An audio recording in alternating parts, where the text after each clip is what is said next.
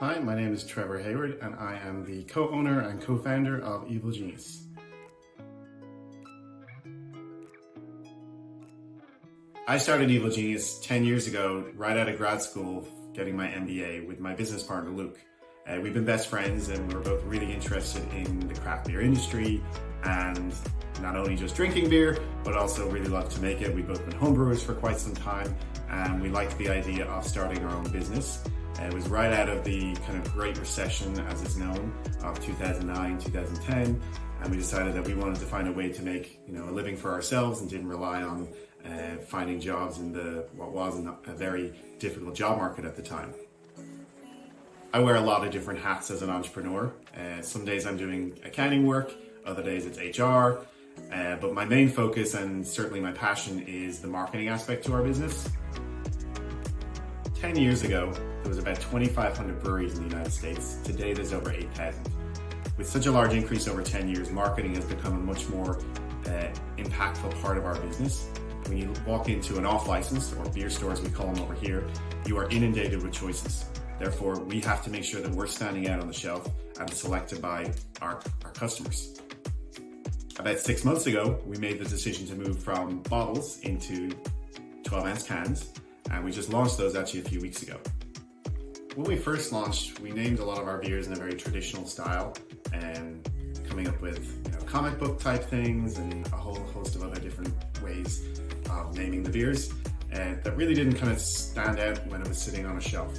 And we realized this back in around 2014 that we really did need to stand out and started looking at other ways in which to do that from our naming conventions. And what we came up with was kind of tying ourselves into some sort of nostalgia and cultural references. So one of the first beers that we launched back then was Purple Monkey Dishwasher, which is a chocolate peanut butter porter. The name Purple Monkey Dishwasher dates back to a really old episode of The Simpsons from, I believe it was 1992. And it's a kind of a whisper down the lane type situation, which results in the term Purple Monkey Dishwasher being part of the sentence by the end of that. When I first put out a press release saying we were going to be releasing this beer, we had one of our highest web traffic days that day, and that was pretty unusual for us, pretty small brewery still at the time, and this was a beer that no one had even tried yet. So we realized that we were maybe onto something by having more slightly eclectic or irreverent names, and started kind of focusing more on those. One of our best-selling beers is called Stacy's Mom. One of the things that we also kind of talk about internally in our company is that we don't just sell beer, we also sell nostalgia. When you pick up one of our beers, the name and the connection you feel to that thing is reminding you of something that happened to you in your past, whether it was hanging out with friends, being back in college, maybe just still even being a kid. And we're hoping that while you're drinking that, you're making a new memory and connecting all of those things together. Not only do we sell beers out in distribution in off licenses and restaurants and bars, but we also have our own pub, and it's a place where we can kind of experiment with different styles and different names. The one advantage of our place there is that we're not limited by character length that we are on a can or a bottle, and that's allowed us to be a lot more adventurous with different beers over the years. Names of our beers can be very impactful and resonate with people in ways that sometimes we weren't even expecting. Last year at the onset of the pandemic, Tiger King was a hugely popular show for a lot of people. We were trying to keep ourselves entertained as well as, find ways and reasons for people to come out and buy some beers. So we named a beer Felt Cute, Might Feed My Husband to a Tiger Later, I don't know, which resonated very, very well with a lot of people. We got a lot of media attention as well as got a lot of people coming out wanting to try the beer. Beer names hasn't been the only thing that's made us successful over the past 10 years, but it certainly had a huge impact.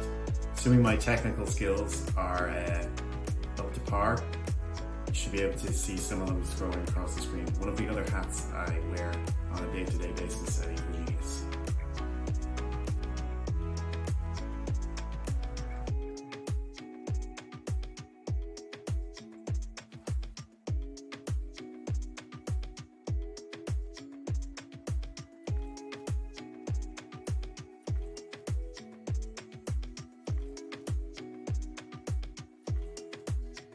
While marketing and promotion is a huge part of what I do at Evil Genius, it's clearly not the only thing that's helped make us successful over the past 10 years. What's inside of that can or inside of that bottle is just as if not more important than how we promote it and how we name it. However, no one's going to want to take it off the shelf unless it's something interesting as well.